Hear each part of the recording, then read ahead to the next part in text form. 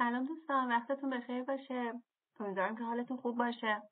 امروز میخواستم در مورد مانی اوردر با شما صحبت کنم.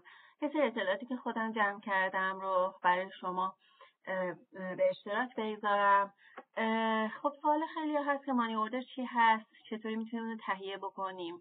در ابتدا باید بگم که مانی اوردر در واقع یک حالت برگه چک هستش که شما از بانک میگیرین برای انگار پیش بردن کارهای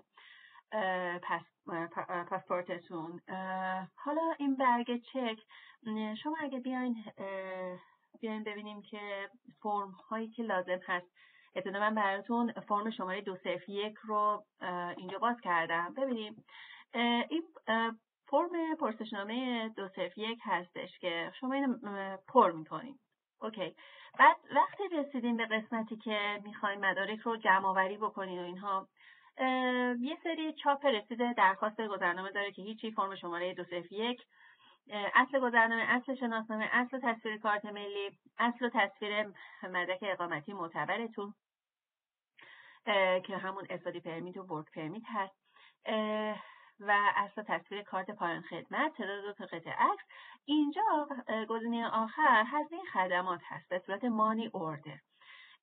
مانی اوردر یه چیزی اینجا همینطور که مشاهده میکنین یه سری حالا فرمت های متفاوتی داره تو بانک ها، ولی خب چیز خیلی حالا خیلی بخوایم بگیم که شکل خاصی داشته باشه اونطوری نیست که بخواد اسپسیفیک باشه.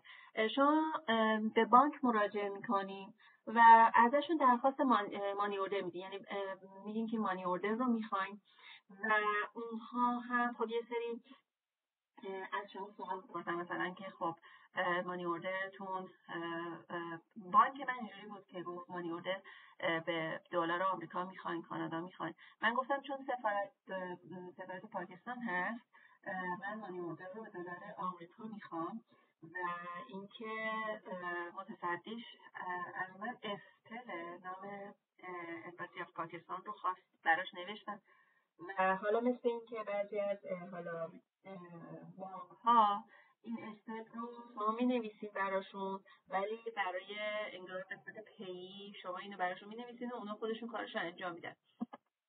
حالا این در واقع قسمتی هستش که شما به بانک مراجعه میکنید.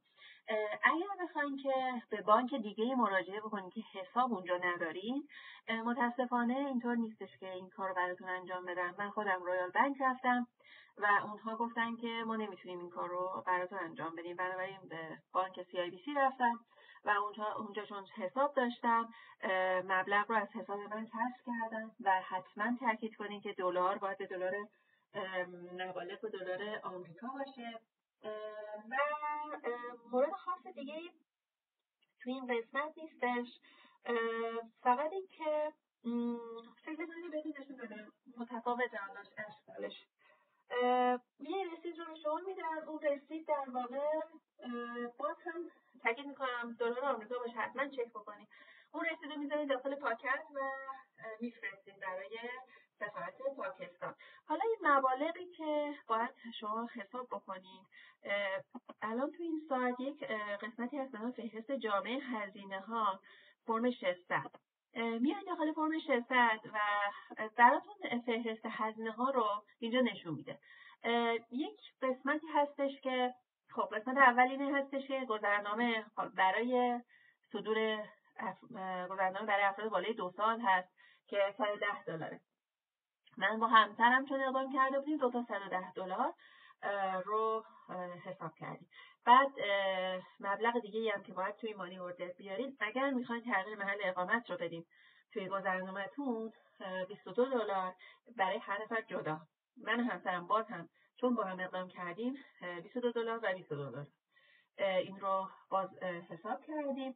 و یک هزینه دیگه هم ما داشتیم اینجا، خودشون گفتن که هزینه برگردوندن مدارک هست که به دلار انگار آمریکا هست و $40 هست. این هم بس باید بیاد روی مبالغ که جمع میزنیم که میخواید برای مانی اوردر تهیه بکنیم بیاریم.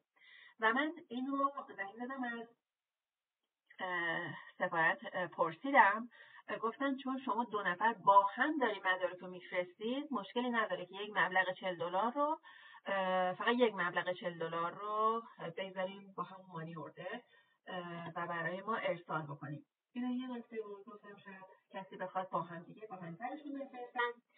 و یک مورد دیگه هم هستش، من حقیقت در خودم خیلی سوال بود وقتی که دارید توی پورتال سامانه میخک مدارکتون رو آپلود میکنین، یه قسمتی هستش برای تغییر آدرس، این فرم 999.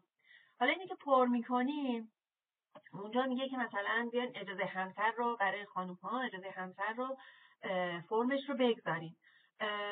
من راستش برای خودم هم سوال بود، خیلی هم پرسجو کردم، متاسفانه پاسخ مناسبی دریافت نکردم.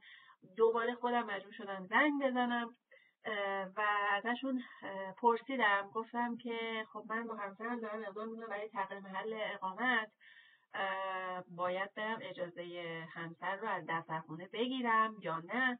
گفتن اگر همراه همسرتون با هم دارین اقدام میکنین این اجازه لازم نداره، تغییر آدرس رو ما براتون اعمال میکنیم. ولی اگر خانومی تنها دارن برای تمدید پاسپورتشون اقدام میکنن، خب این لازم هستش که برم و در واقع اجازه همسر رو بگیرم و حالا اون فرم رو براشون بفرستن. و اینکه خب دیگه به خاطر این هستش که خب از برگشت از ایران چون خودشون تنها هستن، در واقع این اجازه رو باز باید تهیه بکنن، از قبل تهیه کرده باشن که دچار مشکل نشن. این یه نکته بود که خودم خب خیلی برای خودم سوال بود و فکر میکنم که در واقع همه چی رو من کاور کردم اینجا. امیدوارم که استفاده لازم رو برده باشید. باز هم اگر یه وقتی دچار شک و تردید هستین توی قسمت اینا، میتونین زنگ بزنین به سفارت پاکستان و از اونجا در واقع سوالات خودتون رو بپرسین، هیچ مشکلی نداره، اونها پاسخگو هستن. در سفارت پاکستان تو واشنگتن پاسخگوییشون اینطور که من شنیدم خیلی بهتر هستش. امیدوارم استفاده لازم ببرید و خیلی خوشحال میشم که بتونم که مشکل یک فردی رو من برطرف کرده باشم. روزگارتون خوش، خدا نگهدار.